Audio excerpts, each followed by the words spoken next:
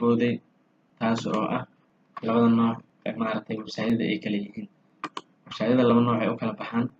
website-yadu waxay u kala baxaan dynamic web page iyo static web page. dynamic web page iyo static web page maxay kala yihiin? dynamic web page iyo static web page waxay kala yihiin. dynamic waxaa waaye web page aad ka bedeli kartid, website aad ka bedeli kartid contentiga, yacni contentigiisa mise siduu u muuqdo waa wax isbedbedelayo, wax taagan ma ahan oo maaragtay constant ma ahan oo wax isbedbedelayo. statiga asagana wuxuu yahay aan isbedele wax maaragtay wax isbedbedel wax yacni aan isbedeleynin oo constant ah. the content is unchangeable. marka static marka waa unchangeable, while dynamic uu yahay wax changeable ah, maaragtay mar walba la bedbedelahayo. waa wax maaragtay website intaad gashid aad wax raadinaysid, intaad wax raadisid maaragtay information kuu soo saarayo, qof walba siduu asaga u rabo hawshuu ka leeyahay uu ku qabsan karo. static waa website isaga taagan oo constant oo isbedeleynin oo qof walba oo galo isku si uu muuqanayo, qoraalka aad wax ka akhrisan kartid. laakiin dynamic wax waa kasoo dejisan kartaa, waxaa maaragtay wax waa ku upload garan kartaa. sida website-yada oo caalamka oo waaweyn hadartaan badanaa caalamka website-yada ugu waaweyn waa dynamic web page, sida Facebook oo kale, allah mustacaan, googlaha, waxyaabahaas oo dhan. yacni any website oo yacni intuu qofka galo wax yacni dadka isku si aanan wax ugu soo saaraynin oo isbedbedelayo contentigiisa. tusaale ahaan hadda markaa Facebook aad gashid, hadda marka aad gashid aad kasoo baxdid haddana aad ku laabatid, hadday wixii arkaysid haddana isla markii ma arkaysid, waa wax isbedbedelayo. marka inaan wax raadiyo aan rabo, qofkii markii aniga qofka tusaale ahaan qof baa soo galay wax buu raadinayaa, google wax ku qoray mise Amazon uu galay wax buu ku qoray, wuu raadiyay wax baa u soo baxay. anigana dan kalaan ka leeyahay, waan galay anigana wax kale uu isoo saaraa. qof walba rabitaankiisa iyada ay ku xiran tahay, waxaa waaye rabitaankiisu ugu adeegaa qof walba.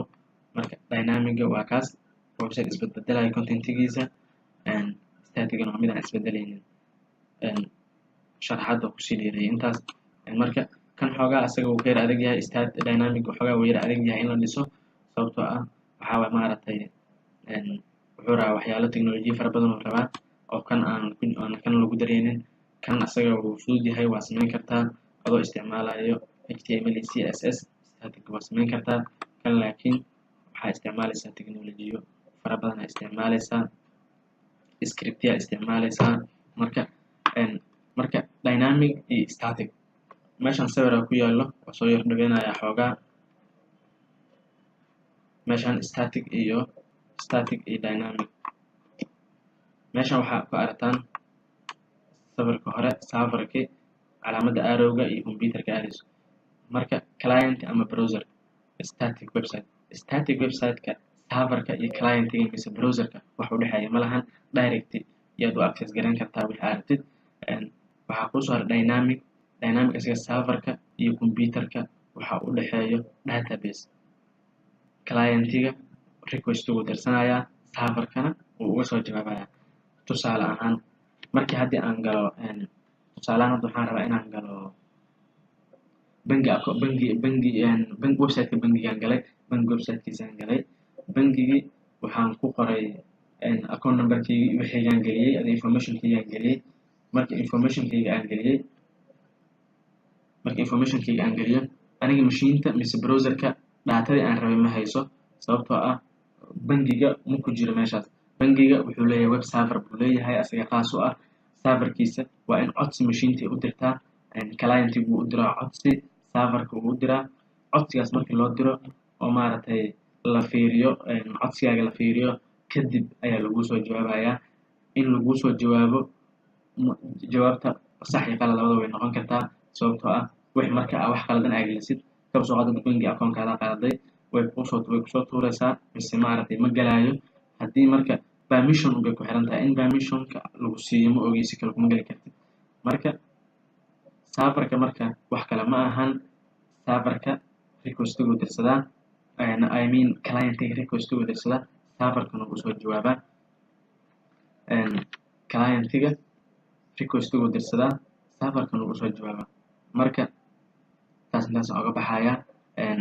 dynamic asagana serverka iyo clientiga waxaa u dhexeeya databasekaas ay ku jiraan wixii la rabay informationka meeshaas ku jiraa oo databasekaas u dhexeeyo wax walba meeshaas ku kaydsan yihiin marka dynamic web pageska marka wuxuu leeyahay wax la web serverkaas ayuu maaragtay databasekiisa uu ku shubtaa meeshaas qof walba uu ka access gareyn kartaa isagoo ay ku xiran tahay permissionka la siiyo marka haddii rabo waa lagu diidi haddii la rabana waa lagu fasixi karaa marka intaasaan rabaa inaan kusoo gabagabo casharka kale waxaa waaye hoosaan gudaha usii gelaynaa html-ka cashiro asaga maaragtay sida loo sameeyo html tagska sida loo isticmaalo cashirka toos ayuu noogu bilaabanaya subscribe dheh si aad ula socotid wax waliba aynu soo dhigno mar waliba fadlan ha iloobin gambaleelka si fariintu ay kuu soo gaarto mar waliba aynu wax soo dhigno mahadsanid